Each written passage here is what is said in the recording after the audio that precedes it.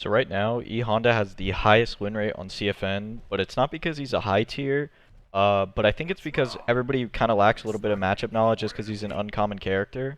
So I ran a bunch of sets with a Grandmaster Honda player in my area. Big shout out to Volcano Russo for that. And he sort of explained to me, how to beat Honda and his downfalls, right? And why he isn't a top tier. And I kind of just lacked a lot of knowledge that I want to share with you today. A quick disclaimer before we start. I'm a plat player, right? So there's things that I'm not gonna know. So if I do miss anything that you know, please comment below and or on the Reddit thread. You guys have been pretty good about that and keeping it, constructive. And it's been helping me out a lot. So continue to do that and thank you for that. So the first point that I think a lot of people don't want to accept is that you are gonna take a lot of chip, right? You're gonna take a lot of chip fighting this character. So let's put it on normal. See on block how much chip you take? This isn't normal, right? You're not used this is more chip than you're used to taking. It's a lot. But there's ways to get around it to an extent. But in general, just accept that you're going to take a lot of chip in this matchup. So let's get into his hands. You'll see that this is light hands. It's really fast, and you're -2. That's medium, and you're -1. Now, pay attention to heavy.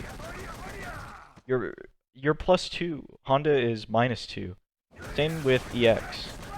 So this means that even though it's not punishable per se, that you should still take your turn, right? So stand medium punch or this is in terms of Karen, right? So I usually do like stand medium punch or like a jab or something. Just take your turn so that he can't continue just doing this, right? Because he will just continue doing this. Look how much chip you're taking. He's -2 if you block it. So just remember that. And the way that you can tell if he's doing heavy is how he starts it. So this is light. And then this one where he sort of hits you with his right hand is medium. This one's +1. And then this, the karate chop over your head, this is heavy. Also EX. And there should be some indication because he has to mash to get this input, right? It's like Ed's flicker. He's going to be mashing to get this input. And even if he plinks it to get EX, it's still going to start with that karate chop. So just remember, heavy, -2, and EX is also -2. And accept that you're going to take a lot of chip. So let's get into his headbutts. Every single one of his headbutts is negative, right? It's just spacing dependent on if you're going to be able to punish it. And there are different values of negative. So let's do his light first. His light is... Let me see that again. I think it's -4. Yeah, -4. This will be his medium. -7. And then I think his heavy's like -12 or something. Yeah, -12. So you might be able to even sweep punish that. But the thing you have to listen for with these headbutts is whenever he's about to jump, to do the headbutt, he says something different. So go ahead and listen.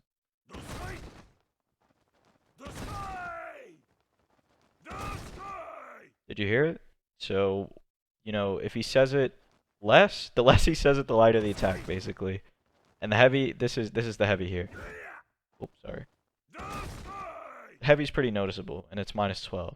So just remember they're all negative, right? It's kind of spacing dependent on what you can use to punish it and which headbutt he uses. Sort of like Balrog, right? Balrog's dash punch is pretty spacing dependent. He's just really negative on this one, and I see a lot of people not punish it because they're scared to press.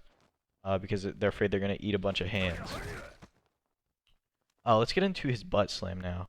Basically, the only property that I really know about this personally is that when it crosses up, he's negative. See, he's -4. This is medium. That was medium. But he's -4. I'm pretty sure he's -4 on all of them. So you can get a punish out of this, right? And a lot of the times, the Honda, like the Honda players that I play down in gold and stuff and platinum, some of them don't realize that they're actually minus when they cross you up because they're used to being in front. So they're +2 in front, right? He's +2 on butt slam in front, but when it crosses up, he's -4.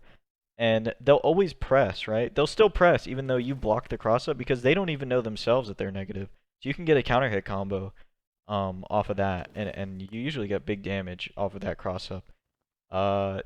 Usually I still keep it safe, right? Because it's -4, so I'll do light kick into a combo. But if they do it multiple times where they're crossing me up and still pressing a button afterwards, then I'll risk it and do like a medium punch or something, and get that big damage. So just to break it down into little chunks of what we've learned, just accept that Honda is going to chip you a lot more than you're used to and a lot more than you're comfortable with. Remember that heavy hands and EX hands are negative, so take your turn afterwards. And remember that the butt slams are negative on cross up, and the headbutts are all negative across the board. They're all negative, and remember the noises that he makes. They're pretty obvious once you take some time and listen to them. And also with the hands, I forgot to say this earlier. With these hands, if he's standing here whiffing these in neutral, like, you know, stick a button out. If he's standing here just pressing a bunch of like light hands and he's not getting it on the first try like this, because I'm double tapping right here. But some people, I see them stand here and just whiff a bunch of punches, right? You can whiff punish this. Just stick out, like on Karen, you could stick out stand medium kick, right? Because it goes really far. And you'll probably catch him whiffing these if you know he's just spamming them. Especially with the heavy. With this one, you could definitely, you know, poke him out with a heavy kick or a medium kick, and then he won't be as prone to whiffing. But if you know, if they're not doing that and they're just getting it on like one jab, obviously, you know, maybe not. It's all situational, right? It's all, you know, at your level of play and the level of the Honda's play. Thank you guys for watching, and I hope you learned something today. Please consider subscribing, and if I missed anything, please let me know in the comments.